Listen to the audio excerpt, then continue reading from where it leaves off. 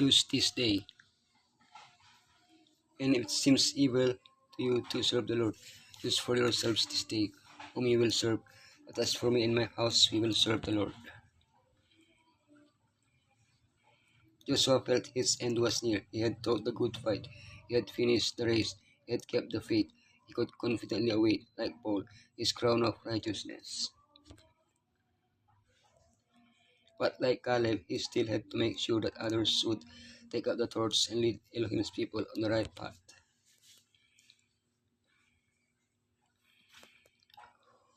For that reason, he gathered the people in Shechem to renew the covenant of faithfulness and to exhort them to choose a life of service to Elohim.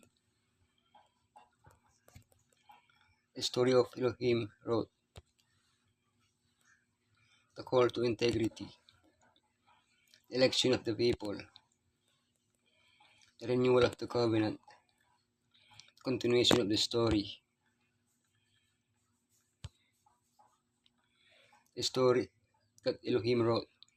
And I have given you a land for which you did not labor, and cities which you built not, and you dwell in them. Of the vineyards and olive yards which you planted not, do you eat. The place chosen by Joshua for his final speech was a historical place, Shechem. It was the first place in Canaan where Abraham camped. It was the first place in Canaan where Jacob camped. It was the only possession acquired by Jacob. There Jacob buried the foreign gods that his family still possessed. Joshua began by telling them about the strange gods that Terah, their ancestor, worshipped. From there, he reminded them in the first person of everything Elohim had done. I took, I brought, I increased, I sent, I struck, I brought out, I brought you in, I delivered them, I destroyed them, I did not listen to Balaam, I delivered you, I gave them up, I sent Christ, I gave you the land. In this account, generations passed one after another without distinction. All are included. Those who listened to Joshua came from beyond the river. They went down to Egypt. They left with great power. They crossed the sea. They took Transjordan. They possessed Canaan. What Elohim did with their ancestors, He is doing with them, and He will do with us today. The call to integrity. And if it seem evil unto you to serve the Lord, choose you this day whom you will serve, whether the gods which your fathers served that were on the other side of the flood, or the gods of the Amorites, in whose land you did dwell. But as for me and my house, we will serve the Lord. Just as Jacob invited his family to bury their gods before renewing their covenant with Elohim at Bethel, Joshua invites the people to abandon their gods before renewing their covenant with Elohim. They were to fear Elohim and serve Him in sincerity and in truth. What does this imply? To fear Elohim, to show profound respect for Him who is infinitely greater than I, and to accept Him as my King and Lord. To serve Elohim in sincerity, integrity, a service without defects. This is how the animal was defined that was only suitable for slaughter if it was without defect. To serve Elohim in truth, to be faithful, trustworthy, loyal, undivided, and consistent, to reflect through my life my gratitude to Elohim for what He has done in me.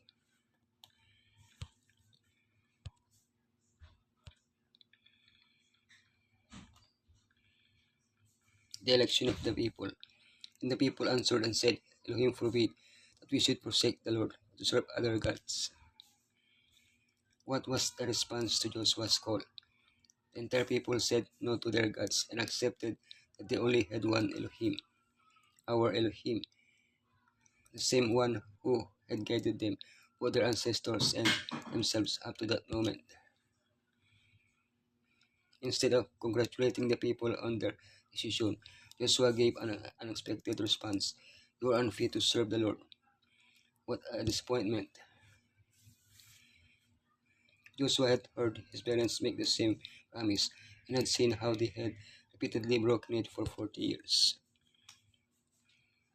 This harsh response achieved its purpose. The new generation was determined not to repeat the same mistakes. the renewal of the covenant. So Joshua made a covenant with the people that day and set them a statute and an ordinance in Shechem. To conclude his speech, Joshua asked them to remove the gods that are among you and to turn back their hearts back to Elohim. For the third time, the people pledged to serve Elohim. The covenant was ratified, and like Moses, Joshua gave them statutes and laws. Although the covenant with Elohim is based on a living relationship with Him and cannot be fully expressed through mere regulations, Joshua understood that it was necessary to leave clear reminders that would help them stay in the covenant.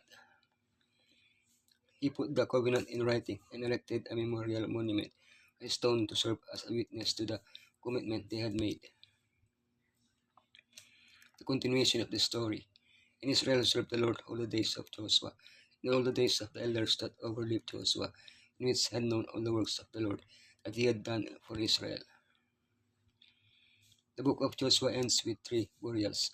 One of them, prophesied hundreds of years earlier, was the burial of Joseph in Jacob's inheritance. The rebellious generation that had come out of Egypt was buried in the desert, but the new generation was to be buried in their inheritance, along with those who had remained faithful in an unfaithful generation, Joshua and Eleazar. This new generation remained faithful, but what about the next generation? Each generation must make its own covenant with Elohim. The faith of their parents can help them make the right decision, but the decision is theirs. Let us make our decision today. As for me and my household, we will serve the Lord.